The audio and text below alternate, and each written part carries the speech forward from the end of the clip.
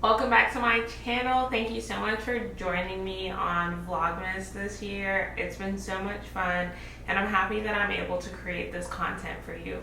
Today I wanted to talk about some mistakes that you should not make when you are starting your photography business. Just try to avoid these at all costs, and mistakes happen. We all make mistakes and sometimes you need to in order to grow and learn from, but just wanted to share some, I guess I'd say, losses on my side. But like I said, we grow, and as people say, we move. But one of the first things that you probably want to do is to go out and buy a whole bunch of gear when you're just starting off your business. So maybe you want to buy new cameras, new lenses, all this stuff, but you don't have to. One thing that I wish that I would have done was bought the camera body instead of a whole kit, because usually the kit lens that comes with your camera, it's no good, and you probably want to go get a prime lens if you want to shoot portraits or something. So that's something that I would go back and change, is not to get a kit lens. But sometimes you're on a budget and that's all you can afford, and it's still a good place to start because that's somewhere that I started.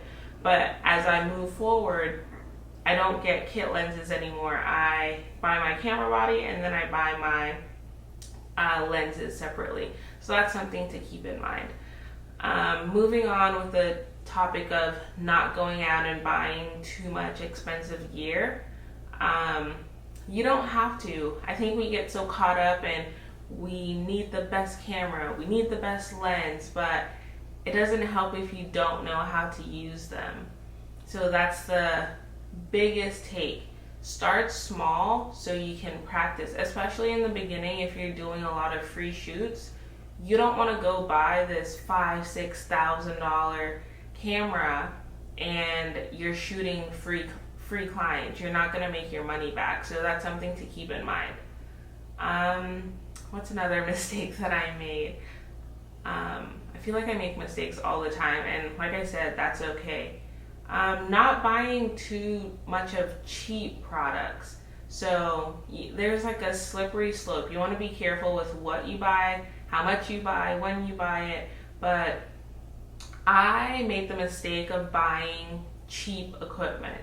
So my first two tripods, when I really started using them, they just snapped and broke. So that's another thing. I bought them before I was ready, before I actually needed them. So they were there, barely used them. When I finally went to go use them, they broke. And it's been so long, I couldn't return them or anything, so I just had to take the loss. And I think I got them maybe for like $20 each on Amazon, but I've invested in a better tripod. It's still not the best, but it's more sturdy and it's a good starting place for me right now. So that's something to keep in mind. You want to buy, if you're going to spend the money, you need to make sure that it's worthwhile and you're not spending $20 here, $20 there, instead of just buying something for $50 versus $20 that's going to last you a little bit longer.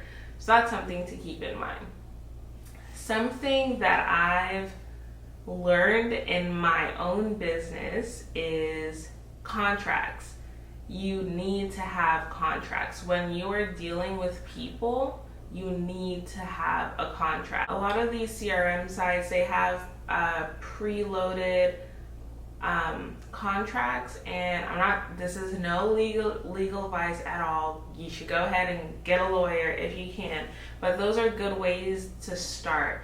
You have a contract that simply says you're conducting business as your business, you're taking such and such photos on this date, this location, you require this payment, etc., etc. But having that in writing will protect you a lot in the future if you need to. And I'd like to think the best about people, but sometimes things don't always work out the way that you want it to. Another tip is deposits and full payment. That's something that I had to learn myself. Thankfully I've never been in a situation where I didn't collect all of my payment from someone.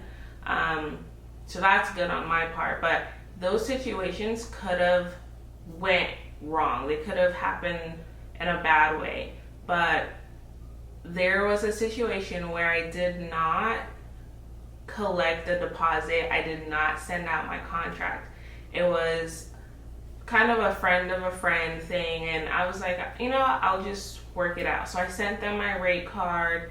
Everything's great. The photo shoot went amazing.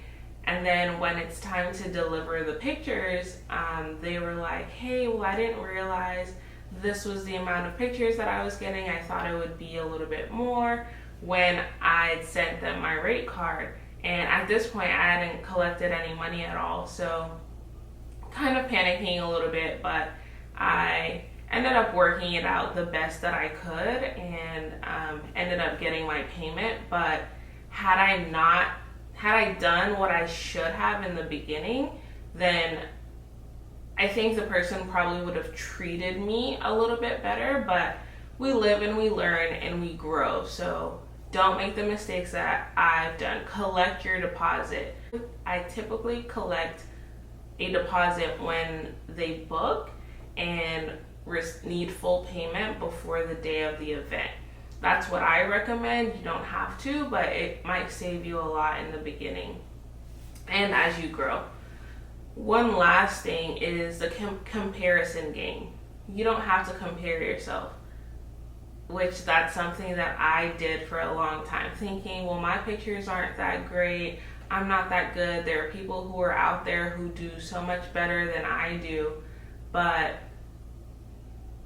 I think when I started to love my work, myself, and started posting it, that's when I started getting more traction and seeing that people actually appreciate my work and my style. Because the truth is, there's no you.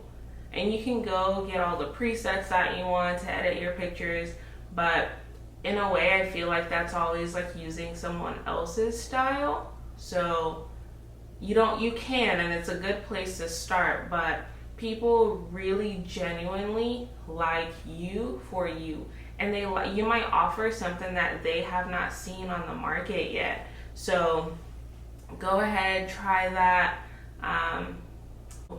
Those are just my few tips on mistakes that you should avoid when you're building your business, whether it's photography or whatever business it is you're getting into. But having certain practices in place will get you ahead, and it will get you far in business. All right, thanks for joining me. I'll see you in the next one. Bye.